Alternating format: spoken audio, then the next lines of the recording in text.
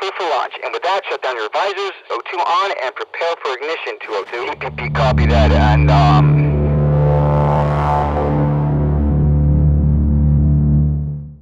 Hi, I'm Jan Ruscha. Geospatial technologies are increasingly finding their way into the classrooms, especially geography classrooms. In this video, I'm going to present a lesson using these geospatial technologies that I developed not only for this classroom, but that I actually use in my own classroom. Now, one of the most important things that any teacher should do for any lesson is always keep in mind the characteristics of the students and where in the overall curriculum the lesson lies. That way, we are always remembering that we do not teach content, we teach students. Now, the circumstances of this lesson is that it's designed to fit in my world geography course taught to 9th graders at an early college high school. At Bryan Collegiate High School, over 70% of my students are from a low SES background. 60% have been designated by the state guidelines as being at risk of graduating from high school, and almost a third of my students are in an ELL program and are identified as low English proficiency or LEP. Moreover, this lesson was developed during COVID. Now, you'll see that I'm using some collaborative group work techniques. However, while usually halfway through the spring semester, my students are well acquainted with group work, this was going to be one of the first times that social distancing rules allow me to have students be close enough to actually do group work. So this lesson is much more teacher-guided than would be in other collaborative group work lessons.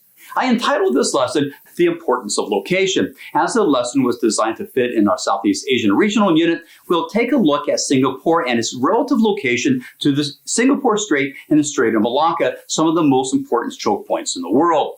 But while this is the hook of the lesson actually deals with the way that container ships have been used to enable globalization and how Singapore has benefited in the process. Now, there are two primary standards that I listed in my own lesson plan for this lesson. Now, using the Texas Education, Knowledge, and Skills Standards, or the TEKS, these standards were first 23B, which is use case studies in GIS to identify contemporary challenges and answer real-world questions, and 9 Alpha, which is to identify physical and human factors, such as trade networks that constitute a region. But there are multiple other secondary standards that this lesson can address, at least in part. These include 10D, which is compare global trade patterns over time and analyze the implications of globalization, and 20B, which is the exam of the economic, environmental, and social effects of technology. In this case, is the container ships. And 21B, which is identify places of contemporary geopolitical significance on a map. But that's not the objectives I'm going to use with my students. My student-friendly objective would be I can analyze GIS sources to determine how location has contributed to globalization. Nearly all of my lessons, whether I'm using GIS or not, use technology to help bring the lesson to my students. In this lesson, I'm going to be using one of my favorite applications, which is Nearpod. At its simplest, Nearpod is an education presentation tool that allows teachers to present presentations, whether they are from Google Slides or for PowerPoint, to the class. But those slides are also simultaneously displayed on the student's own device, whether that's a phone, a tablet, or a computer. This solves many of the issues that occur in classes with students not being able to read certain slides, be able to make out the details of the map, or be able to read a chart. Also, because students get to use their own devices, this also raises the level of engagement in the lesson. But Nearpod does a lot more, as it allows for teachers to also embed different content sources and activities that further drives engagement. These activities also provide teachers an easy way to be able to gather data for formative assessments and a check on learning. In showcasing different GIS technologies, Nearpod makes this even more easy, as it has a partnership with 360 Cities, which allows for teachers to be able to have students view nearly anywhere in the world in virtual field trips using virtual reality. Another of the activities that is embedded in Nearpod is their Draw It application, which is great for a geography classroom. This activity allows students to draw on the screen using different colors and then submit that for a review. This is exceptionally useful in the geography course, as the application allows for the teacher to insert a graphic upon which the students will draw. In my geography class, that graphic is almost always going to be a map, which I can have students be able to identify countries, landforms, draw routes, or many other ways to show their connection with the map. I have yet to find an application that so easily allows for students to highlight maps and be able to present that as Nearpod does. Now, while the Draw It and the VR field trips are included in Nearpod's application, Nearpod easily can be used to link to external applications. So in this lesson, you'll see that I use Nearpod to direct students to a geovisualization site developed by Kiln Research and a Google Earth project, as well as a web app developed in ArcGIS Online. Nearpod also has multiple ways such as polls, open-ended questions, and quizzes through which a teacher can administer formative assessments to check on learning. So how does this lesson unfold? First, students are organized into groups, and I've already done this with how I've arranged my classroom, as they are already seated in ready-made groups that are balanced in ability. As we will be using collaborative group work, the use of roles for these groups are very important. Roles for each one of these group members helps make sure that each of these students are engaged in the group discussion. I will often assign students their roles, or as I did in this case, I give the groups time to select who will follow each role. The roles that I had for this group work was first the leader, who had the responsibility to pull anyone not contributing into discussion. We had a reader, which would be the person that would read the question prompts to the group. We had a chief scribe, who has the responsibility of making sure that everyone has recorded their answer to these questions. And then we have the timekeeper, who keeps the group apprised on how much time remains for each task to make sure the group finishes on time. Now, once the rules are decided, students are shown a picture of Samsung phones being tested in their facility in South Korea. Using the Think, Write, Share, Pair method, students are then asked to think about what the picture is showing, write their answer in the prompt in Nearpod, and then after they have submitted their individual answers, they discuss their answers at their group. When the time is up, the teacher will select students to state what they think the picture is showing. An advantage of using the Think, Write, Share, Pair is that the student has already had time to digest the question and has already actually shared their answer with their group, which lessens the amount of anxiety they will have in sharing to a larger group. I also use what I call a faux random questioning technique. While the groups are in discussion, I move around the groups and listen to each one of those conversations. And if I hear a student who normally does not participate in class who has the right answer, I will select that student to share in the class, but I will do it in a way that it makes it look like it was actually a random selection. See, in my class, I often select students by drawing cards. And if the card that I selected is the same as what is affixed to their desk, that's the person that is chosen. And what I quite frankly do is I stack the deck to be able to select the student that I want. I'm not saying it's fair, I'm just saying it's effective. In my 6 years of teaching, my sleight of hand has never been caught. Now, after the student has identified these are cell phones, the teacher confirms that these are Samsung phones being tested in their factory in South Korea. The teacher then tells them that over 25% of all the smartphones that are sold in Europe are actually Samsung phones from Korea. The teacher then asks the groups to discuss what do they think is the most efficient way to move these phones, whether it's truck, train, ship, or plane. After the group discussion, students will answer a poll on Nearpod showing their answers. The teacher gives the class the next prompt then that is to determine what is the best way to pack all these small phones into a ship so they can be loaded and offloaded fairly cheaply.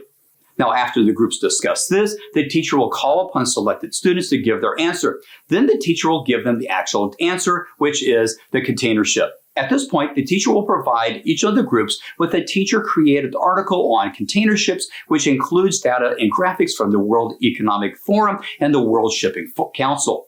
The students then read about the container ships and how it was developed in the 1950s as a way to drastically reduce the time and expense of loading cargo onto ships. This includes the fact that before the container ship, a port might be able to load just over a ton of cargo in an hour. But after container ships, the same port can be able to load 10,000 tons in that same hour. This has cut the cost of loading the ships from a rate of almost $6 per ton to just 16 cents. Today, roughly 90% of the dry non-bulk material that is shipped internationally are shipped by container ships. Students then are able to manipulate a 3D model of the container ship, which is an application within Nearpod. While students are looking at this 3D model, the teacher will point out the containers on the ship are the same as they see on the semi-trucks on this highway. To further illustrate the size of these huge container ships, the teacher will show an excerpt from the Discovery Channel of Australia documentary over the Marie Mars container ship, which shows how large these ships are and the enormous amount of cargo they move. To get an idea of how these container ships are loaded, the students will watch a video of the loading of a container ship, and then they will go on a virtual field trip through the Nearpod's VR viewer to a container port in Samarinda, Indonesia. And after the VR field trip, students are going to conduct a mastery check that ensures that students understand the role of container ships and the benefits that they offer and how they contribute to globalization. Then the lesson moves to a discussion about the routes of these ships.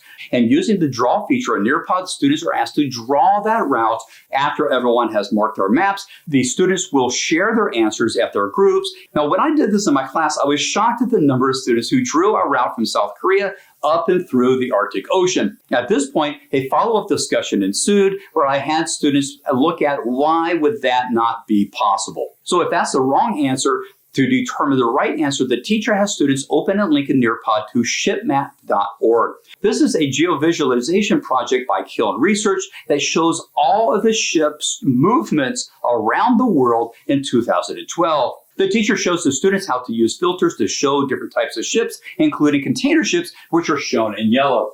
The teacher then instructs students to look at the countries in Southeast Asia that might be most important to this trade. The next link that students will open in Nearpod goes to a Google Earth project. And there is a total of 4 different scenes. The first scene looks at the southern coast of Singapore, where they were able to see container ships coming into the area. The next scene takes them to the southwest corner of Singapore, and we ask the students to look for the infrastructure, in this case it's ports, that relates to today's lesson.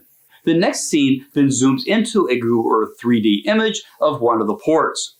And then there is the fourth scene that shows the Strait of Malacca and the Strait of Singapore, and then students are asked to discuss what do they think are some of the problems that are caused by 300 ships a day passing through each of these straits. After groups share out answers to the classroom, the teacher advances the Nearpod slide deck and introduces that piracy is of major concern. The student then instructs students to open up the ArcGIS web map that is found as a link in Nearpod. And the 2 layers that are showed is one that are showing the shipping routes, which is similar to the information that they got through the shipmap.org visualization, and then they're able to toggle onto the list of piracy attacks across the world since 2013 up into February 2021. Students are then asked to click on the areas around the Southeast Asian piracy heat maps and read some of the details of these incidents. The teacher then has the groups discuss what the impact of these piracy might have on global trade off the coast of Singapore and the Strait of Malacca. But it's not just the piracy off of Southeast Asia that is going to be looked at. The teacher guides students to look at other hotspots of piracy and assess why there are some areas that are prone to piracy, where there's other areas where there is a lot of ship traffic that do not. For example, the teacher might prompt a discussion why choke points such as the Bab el-Mandeb in Southeast Asia have more incidents in piracy, but others such as the Strait of Gibraltar and the Suez Canal does not. The lesson concludes by students conducting a 3-2-1 mastery check, which I have them do on 3x5 cards, which along with their name, they write 3 things they learned, 2 things they thought were interesting, and 1 question which they had during the lesson. And how I use these mastery checks is I will select one of these questions, and that will become the basis for my bell ringer or the warm-up for the next meeting in order to reinforce the learning. So that was the lesson. Now, while I taught it in a more teacher-directed model for classes who have worked in groups more extensively, the teacher could shift much of the pace of the lesson directly to the groups by giving the group leaders the list of prompts and allow for the groups to move through all those different prompts and the sources on their own. The teacher then would have the groups share out their discoveries to the larger class when all the groups have finished the lesson. The technology situation of the school certainly plays a part in how this lesson is used. Currently, our students are one-to-one with computers due to COVID. Their current plans are to continue for this, as this was the first time our district has used this initiative. The computers were taken from the computers on wheel sets or the CALs. Now, normally these CALs augment the computer labs in our campus. Now, should the district go back to the CALs and the computer lab model, it will necessitate reserving resources, and if only a lab is available, it will affect how the group discussion aspects of this lesson are actually done. The ongoing struggle with the district IT department also continues to be an issue. After multiple phone calls and emails with the IT department for the district prior to teaching this lesson, we only had a few minor issues with students being able to access Google Earth and the ArcGIS online applications. Now, as an early college high school, we're also required to use the strategies of the Common instructional framework, or CIF, within all of our lessons. These include collaborative group work, questioning, scaffolding, literacy circles, and classroom talk, and each of these are integrated into this lesson. Additionally, in my school, we teach in a block schedule, which allows for 85 minutes per class period. This allows for teachers such as myself to lead instruction that ordinarily might have to extend over a couple of days in a normal 5-day class schedule. So the pacing of the lesson would need to be different if not taught in a block schedule timeline. This lesson was designed as a face-to-face model using CIF strategies. As such, the particular technologies in the sequence of this usage was designed to allow for a segmentation of the lesson, with each technology serving almost as a chapter marker for each segment. However, a key issue is how can these technologies support inquiry and discussion, but not take away from the learning goals? Each of the technologies involved does not require any type of login credentials, nor how to really understand how to navigate, which might otherwise be a complicated instructions of such as creating GIS products. As classroom talk is a key CIF strategy, it is also always better to have content that drives engagement so that the students will want to talk about it. The compelling images that are shown by these different technologies drives this engagement, which will drive students' curiosity, which drives discussions, which drives the learning. Now, the reason behind the selection of the GIS technologies I employed goes to my personal teaching philosophy that the lesson always comes first. Any technology that is used in the classroom must fit that lesson, not the other way around. I've seen several lessons that use GIS in which a less optimal application is used for the sole reason of using that particular application. That's not putting the student first. Each of the technologies involved also play to the individual strengths of each of those applications, and it does not attempt to force one tool to do what another may do best. For example, Google Earth excels at showing what a certain location looks like. Having students be able to zoom in and literally see the container ships off the coast of Singapore provides a visual stimulus that has earlier been shown by the shipmap.org visualization. Likewise, the best way to show the incidence of piracy and how they center in on these choke points is best done by the hotspots shown in the ArcGIS web app. By using Nearpod as a presentation tool to structure the lesson, made the lesson easy to administer in the classroom while using multiple different types of GIS technologies, all while still fitting into the common instructional framework. Moreover, we use specific GIS tools that optimize to their strengths. I used this lesson a few weeks ago and it was met by a positive reaction by my students. In my informal survey of students, I had one student that said, in her words, I had to think about what I was learning. Her reaction was representative of most of the students I spoke to who enjoyed the lesson and thought they got something out of it.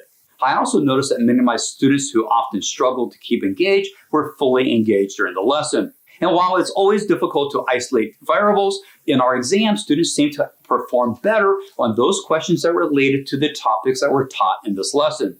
So that was my GIS lesson, but it hasn't been my last GIS lesson. The following week, we had another group work lesson that focused in on the modern issues of Southeast Asia and looked at the demographics and economies of that region. That lesson used a story map that I built in ArcGIS, and because my students had already done group work, I didn't have to scaffold this much, and it allowed my groups to work on their own.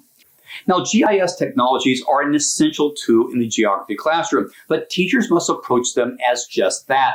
They are just tools. The teacher must always first look at what they want to achieve in the classroom and then choose the tools that are best suited to that particular purpose. When teachers do that, student success will follow. So here's to the success of all of our students. Thanks for watching.